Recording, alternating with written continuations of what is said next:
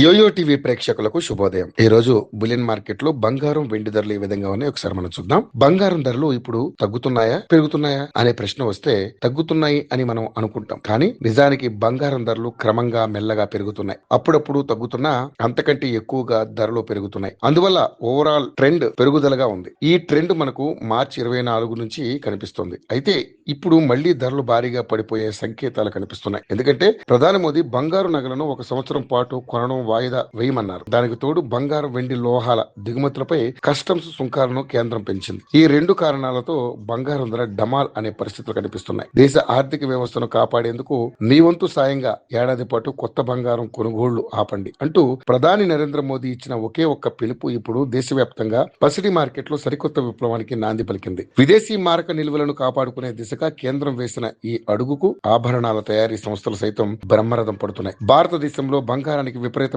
Demand ఉంటుందన్న సంగతి తెలిసిందే. పండుగలు, వివాహాలు, ఇతర శుభకార్యాల సమయంలో గిరాకీ మరింత ఎక్కువగా ఉంటుంది. మహిళలు ఎక్కువగా బంగారు ఆభరణాలు కొనుగోలు చేసి ధరించాలని చూస్తుంటారు. ఈ హైదరాబాద్ నగరంలో 24 క్యారెట్ల 10 గ్రాముల బంగారం ధర 1,62,010 రూపాయలుగా ఉంది. అదేవిధంగా 22 క్యారెట్ల 10 గ్రాముల బంగారం ధర 1,48,510 రూపాయలుగా ఉంది. అదేవిధంగా వెండి ధర 3,20,100 రూపాయలుగా నమోదైంది.